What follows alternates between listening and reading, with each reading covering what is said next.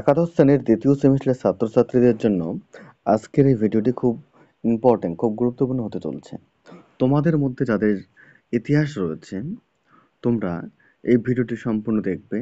এখানে অধ্যায় ভিত্তিক, এখানে চ্যাপ্টার ভিত্তিক ইম্পর্টেন্ট গুরুত্বপূর্ণ প্রশ্নগুলো তোমাদের সামনে আমি তুলে ধরছি। তোমরা কাইন্ডলি এই প্রশ্নগুলো দেখে দেখে খাতায় তুলে নেবে। তোমাদের এখানে অধ্যায় ভিত্তিক, অর্থাৎ যে ৩ টি অধ্যায় রয়েছে, first chapter, second chapter, third chapter, যে ৩ টি চ্যাপ্টার রয়েছে, সেই ৩ টি চ্যাপ্টার থেকে যে প্রশ্নগুলো খুব গুরুত্বপূর্ণ, খুব ইম্পর্টেন্ট, সেই প্রশ্নগুলি তোমাদের সামনে এখানে তুলে ধরছি। তোমরা এই প্রশ্নগুলোই ভালো করে তুলে নাও আর এগুলোই পড়বে, এর মধ্যেই তোমরা কমন পেয়ে যাবে। দেখো তোমাদের প্রথম চ্যাপ্টার থেকে যে প্রশ্নগুলো ইম্পর্টেন্ট, ৩ নম্বরের জন্য যে প্রশ্নগুলো ইম্পর্টেন্ট তোমাদের এই চ্যাপ্টার থেকে লক্ষ্য করো। দেখো, সপ্তাঙ্গ তথ্য বলতে কি বোঝো?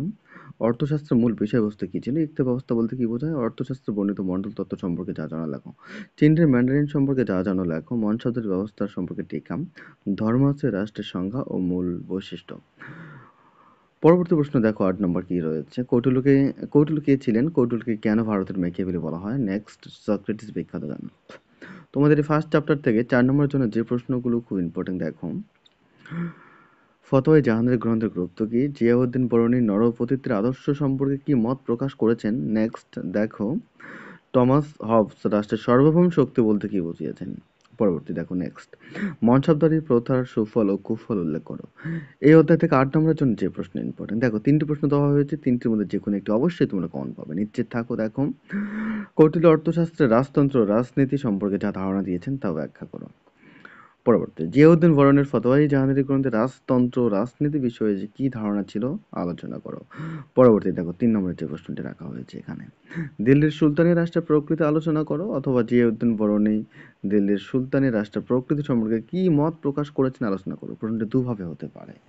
তো ফার্স্ট চ্যাপ্টার থেকে যে প্রশ্নগুলো খুব গুরুত্বপূর্ণ সেই প্রশ্নগুলো তোমাদেরকে আমি দিয়ে দিলাম, তোমরা এগুলো পড়বে। দেখো, দ্বিতীয় চ্যাপ্টার থেকে যে প্রশ্নগুলো ইম্পর্টেন্ট একটু লক্ষ্য করো। দেখো, এই দ্বিতীয় চ্যাপ্টার থেকে ৩ নম্বরের জন্য যে প্রশ্নগুলো তোমরা খুব ভালো করে পড়বে। দেখো, ক্রুসেড বলতে কি বোঝো?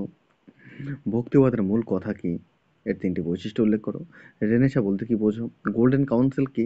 সিন্টু ধর্মের বৈশিষ্ট্য উল্লেখ করো। সংক্ষেপে সুফিবাদের বৈশিষ্ট্যগুলি উল্লেখ করো। দরগাহ কি? টিকা লেখো। ট্রেন ধর্ম সম্মেলন। তৃতীয় ক্রুসেডকে কেন রাধাদের যুদ্ধ বলা হয়? ট্রুবাদুর কাদের বলা হয়?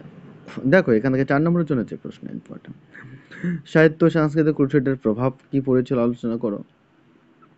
শিন্টো ধর্মের, দেখো বানানটা একটু মিস্টেক হয়ে গেছে, তোমরা কারেকশন করে নিও, এটা হবে শিন্টো ধর্মের।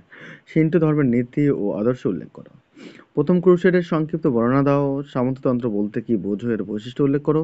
ভক্তিবাদ কি? ভক্তিবাদের উত্থানের কারণগুলি লেখো। পরবর্তী দেখো, মানবতাবাদ কি? এর বৈশিষ্ট্য উল্লেখ করো।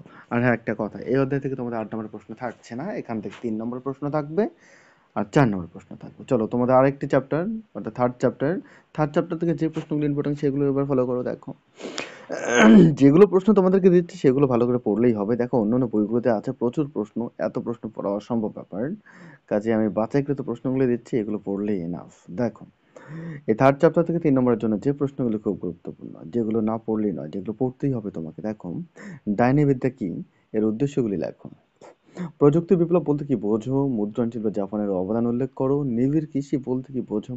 আধুনিক বিজ্ঞান চর্চায় রজার বেকনের অবদান কি ছিল?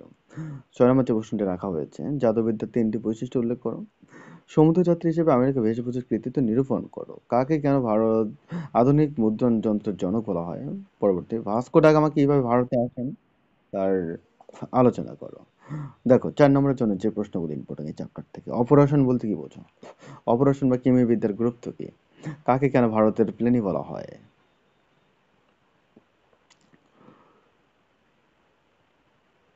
জ্যোতির্বিজ্ঞান চর্চায়, বানানটা একটু মিস্টেক হয়ে গেছে, কারেকশন করে নিও, ঠিক করে নিও। জ্যোতির্বিজ্ঞান চর্চায় কোপার্নিকাসের অবদান কি ছিল? পরবর্তী, কোন সময়কে কেন ইউরোপের সামরিক বিপ্লবের যুগ বলা হয়? নেক্সট, মার্টিন লুথার বলেছিলেন মুদ্রণ হলো ঈশ্বরের দেওয়া এক মহৎ দান ও শ্রেষ্ঠ উপহার। মার্টিন লুথার বলেছিলেন, কেন বলেছিলেন মুদ্রণ হলো ঈশ্বরের দেওয়া এক মহৎ দান ও শ্রেষ্ঠ উপহার? দেখো, ৮ নম্বরের জন্য যে প্রশ্নগুলো ইম্পর্টেন্ট এই চ্যাপ্টার থেকে লক্ষ্য করো। ভৌগোলিক আবিষ্কারের ফলাফল আলোচনা করো অথবা ভৌগোলিক আবিষ্কারের গুরুত্ব বা পটভূমি উল্লেখ করো। প্রশ্নটি দুভাবে হতে পারে। ২ নম্বরে দেখো যে প্রশ্নটি রাখা হয়েছে, বিজ্ঞানের নবজাগরণের প্রভাব আলোচনা করো। এইটাকে ঘুরিয়ে দিতে পারে একটু অন্যরকম করে, বোঝার চেষ্টা করবা। রেনেসাঁ কালে ইউরোপের বিজ্ঞান চর্চার অগ্রগতি আলোচনা করো। পরবর্তী দেখো, নতুন বিশ্ব কি? এখানে উপনিবেশিক শক্তির অভিযানের কারণ ও ফলাফল বর্ণনা করো। অর্থাৎ তোমাদের ইতিহাসের এই সেকেন্ড সেমিস্টারের খুব গুরুত্বপূর্ণ বাছাইকৃত প্রশ্নগুলি তোমাদের সামনে আমি তুলে ধরলাম। এগুলো প্রশ্ন পড়লেই এনাফ, এর বাইরে আর পড়ার কোনো প্রয়োজন নেই। তো থ্যাংক ইউ, ধন্যবাদ সবাইকে। অবশ্যই একটা লাইক করবে।